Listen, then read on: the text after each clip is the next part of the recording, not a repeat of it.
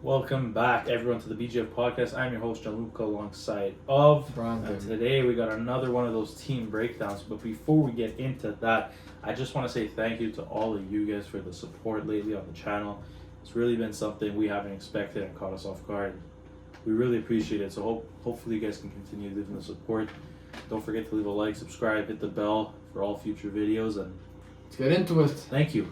Anyways, sorry. Who are we talking about today, Brandon? Talking about the Dallas Cowboys coming off a huge win against the Philadelphia Eagles this week and are now number one in their division, the AFC in the NFC East. And we're gonna start off this breakdown going off We're gonna start from the off season. So we obviously know last year the Cowboys for the second year in a row losing the playoffs to the 49ers, get run out of the building realistically, and So things need to change. It's very same old the last few years with the Cowboys, and some moves are made. Stephon Gilmore comes in from the Colts, and Brandon Cooks comes in from the Texans. Those are the two big moves of the offseason for them, and Also had some nice draft capital.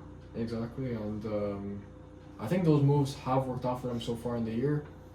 And then obviously the season starts. Trayvon Diggs goes down with an injury early season. I can't exactly remember when it was, but we know it was early season. And Deron Bland thrown into the mix as their second corner, and very similar in play style to Trayvon Diggs. He's filled in very nice for him, and he's had a nice year. But they also trade for Trey Lance. With all the uncertainty with Dak Prescott, they end up trading for Trey Lance just as like a little exit plan for next year in case Dak doesn't resign, because we know he does have like 1 year left on his deal. So that really shows the situation they were at in the beginning of the year, where they weren't even sure if Dak Prescott was going to be their guy, and we see how he is performing now. And they go into week one, they absolutely blow out the New York Giants on Sunday Night Football at the first week.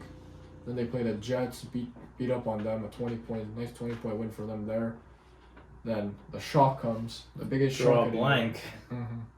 That was like the first really huge shock result of the year, getting beaten by an Arizona Cardinals team that really had no expectations coming into the year and have done nothing really this year, as we've seen. And they take a loss there. They bounced back pretty nicely against the Pats, 38-3, and then they get demolished by the Niners.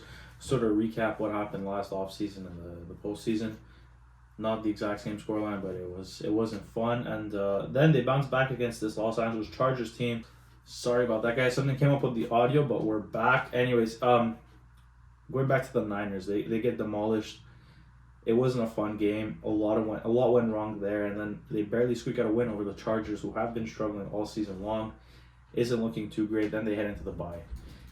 This bye was absolutely crucial for them because this team was really Jekyll and Hyde all season. Their defense, I remember at this point in the season, their defense was what was carrying them to wins. Deron Bland had a stupid amount of pick sixes. I think he has 5 on the year right now, which is a record, if I'm not mistaken. Yeah, he does have the record. And he has 8 picks total, which is also something crazy. He's an absolute ball hawk. Another guy I want to give huge props to, Jake Ferguson, the tight end. So they get rid of Dalton Schultz, send him to the Texans. And what do you do at tight end? Well, you go draft one. Jake Ferguson has come in and just completely taken over his tight end group. Big ups to him. He's looked really, really good.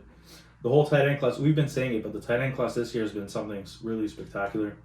I don't think he was drafted this year. I think he was already on the roster. I might be losing it, but it's okay. Then who the hell did they draft? Shoemaker. Yeah, Shoemaker was the one they drafted. Sorry, forget what I just said. But anyways, he was an emerging tight end. He didn't really have a chance. And then gets to showcase what he's capable of doing. Looks really, really good. But I just want to bring this back sort of to the beginning of the season before all this happened. There was so much uncertainty, especially with this offense at the end of last season. They didn't really know what they were doing, and then they fired Kalen Moore, who at the time I remember saying was a huge mistake. And early on in the season, this team was struggling. They really was. The defense was what was winning them games.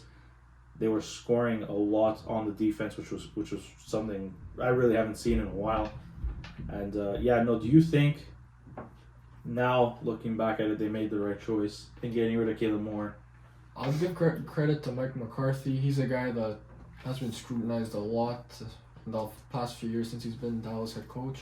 And even early on in the season when the Chargers offense was looking really, really good with Kellen Moore, it looked like a mistake. But as of right now, Mike McCarthy's doing the job, and we see what the Chargers are doing right now. Those guys are where they have 4 wins on the year, so I think they did make the right call. We'll see when it comes to the playoff time what this team looks like. It's always going to be the thing with them now. We know they could put up numbers in the regular season, but can they do it in the postseason? But it does feel different a little bit though with this Dallas Cowboys team. Yeah. We saw how much they outplayed the Eagles, which I thought they would win this game. But no one was expecting in that fashion. Exactly. I didn't think it would be that easy. And to me, right now, they're probably the second best team in the NFC and probably the whole NFL, in my opinion. I think whoever comes out of the NFC is going to probably be the Super Bowl champion this year. I'm not too impressed with that AFC. And, they've been really, really good. And, to me, they are the second best team. And the Eagles are falling behind. Yeah, no, I would have to agree with that. Big shout out to Mike McCarthy, and big shout out to Dak. I haven't really seen Dak come out and command this offense this well since the season where he had a torn Achilles, I think it was, or his ankle injury that took him out for the year. At that point, I think those 4 or 5 games that he played, he was playing at MVP caliber, and lately he's been performing very similarly to what he had done that season. And if Dak is capable of playing at that pace for the rest of the season and postseason, this Dallas team can be a serious contender and a serious threat to anyone in the NFC and NFL. But I just want to say, Dallas has had these statement wins against lesser oppositions. They just beat the Eagles. They also smashed the Seahawks last week on offense. Their defense didn't look too great last week, but this week it bounced back and looked really good. Coming up, they got the Bills and the Dolphins. Those are 2 huge tests. If this Dallas team can absolutely demolish the Bills and the Dolphins like they did the Eagles, I think no one's going to have any more doubts with this offense and this team in general. And they're going to be considered a contender to just win it all.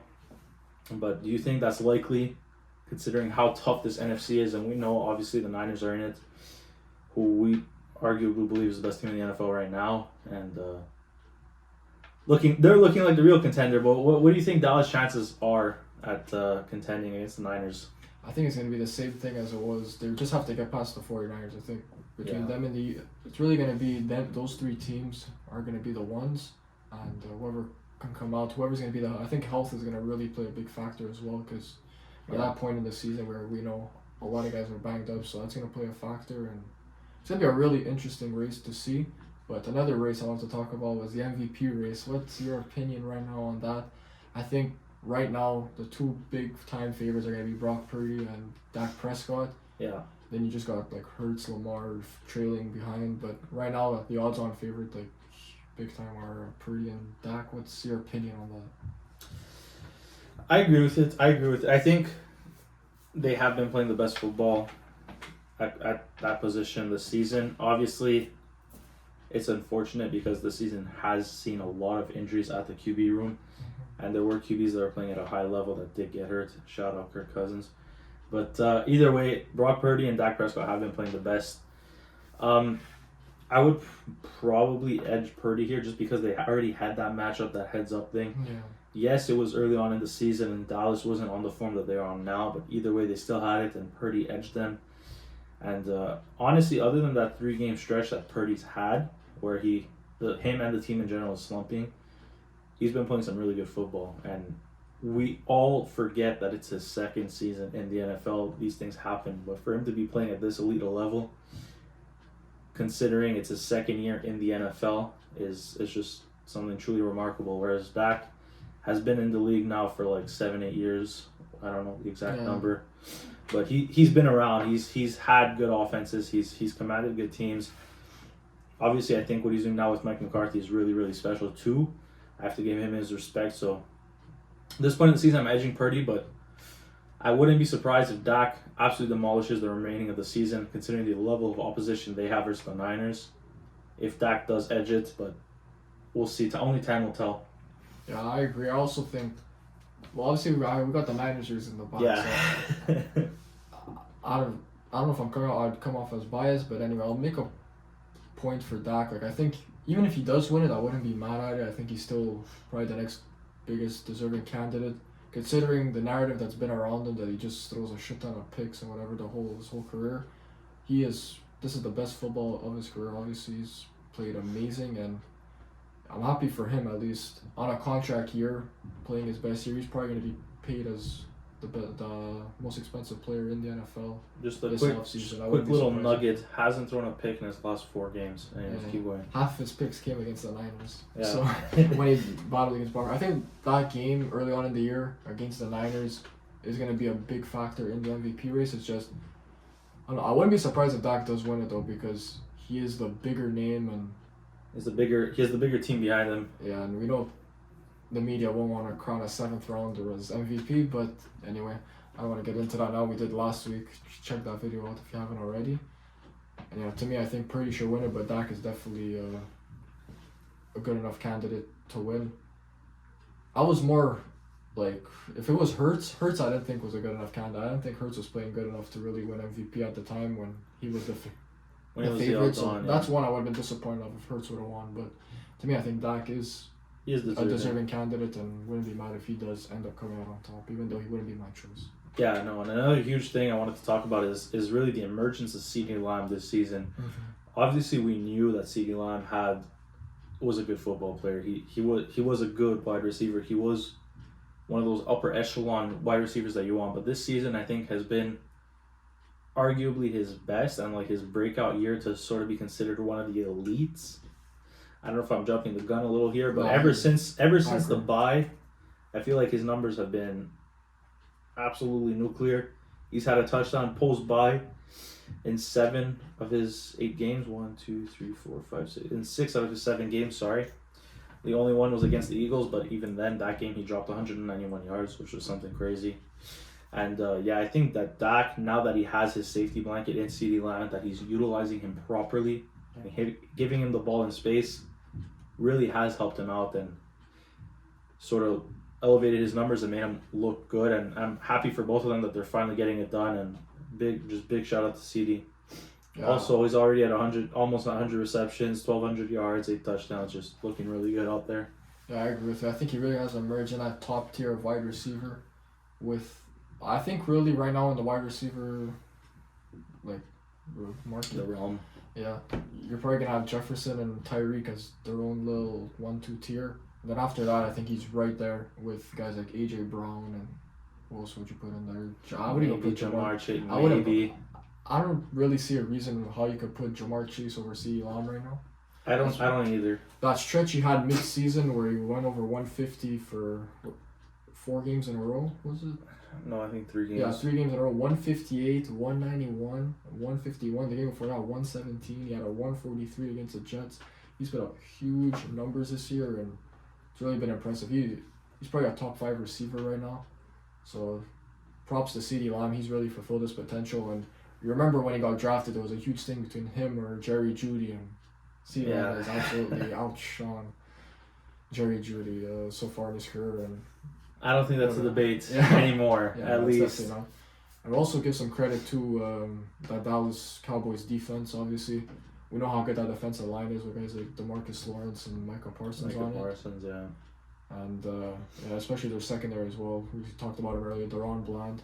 He's had a huge year and really filled up for Trayvon Diggs, because when Diggs went down, we all thought they were going to be in the shit, and they weren't. So good for him. He's really come in, and he's had a few coverage problems, but overall he's been really solid for them. That's the benefit of, like you mentioned it earlier, adding a guy like Stephon Gilmore in this locker room. Obviously, we know how good of a ball hawk both him and Trayvon Diggs are, but they do have issues in coverage.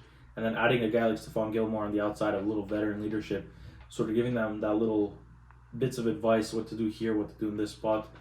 Don't hawk the ball, swat it here, do this, do that. I think it's going to really help them in the long run. And considering how young they are in this cornerback room, it's going to really benefit them long term. This might be a serious duo in a few years, so got to look out for that. And big ups to this defense, like you said. Mm-hmm. I think also as well, Tony Pollard, his first year as the full starter. I think it's been a mixed bag so far with Pollard. I feel like early on he was looking good. Then mid-season he kind of fell off a bit. Yeah. And recently he's really started to turn it up a bit more. He's been a lot better. So still have trust in Tony Pollard that he can be a lead back, but I feel like they do need kind of a second guy. Rico Dowdle has come in and looked good in some spots. He's filled in the hole, but I still think they need that second not RB1, but that RB2, 3 to like just sort of run between the tackles, give Pollard a break. Because Pollard has that burst that RBs don't, but he's not an in between the tackle runner. Like he won't be able to run all game, all 3 downs. I mean, if we're just looking right at the beginning of the season, he had 14 attempts, 25 attempts, 23 attempts. That's when he was producing. Then all of a sudden, 11, 8, 15, 12. He's averaging like less than 4 yards a carry. Not looking too great. He was probably gassed. He was probably tired. I don't know what the case is, but yeah, if they find that second running back, I think they can have a serious duo here with Tony Pollard and Rico Dowdle if he is the guy. So look up to that, especially with the way Dak's been playing and how good he is through the air. He's giving a lot of space to the running backs. Going to be able to do a lot of things. And yeah. So yeah, I think that's all we got for today. That's our recap of the Dallas Cowboys season. We'll see how the season ends off for them, if they can finally get over the hump and get to a Super Bowl possibly. And I hope you guys enjoyed this video. Don't forget to like, subscribe, leave a comment, share the video with your friends, and see you guys in the next one. See ya.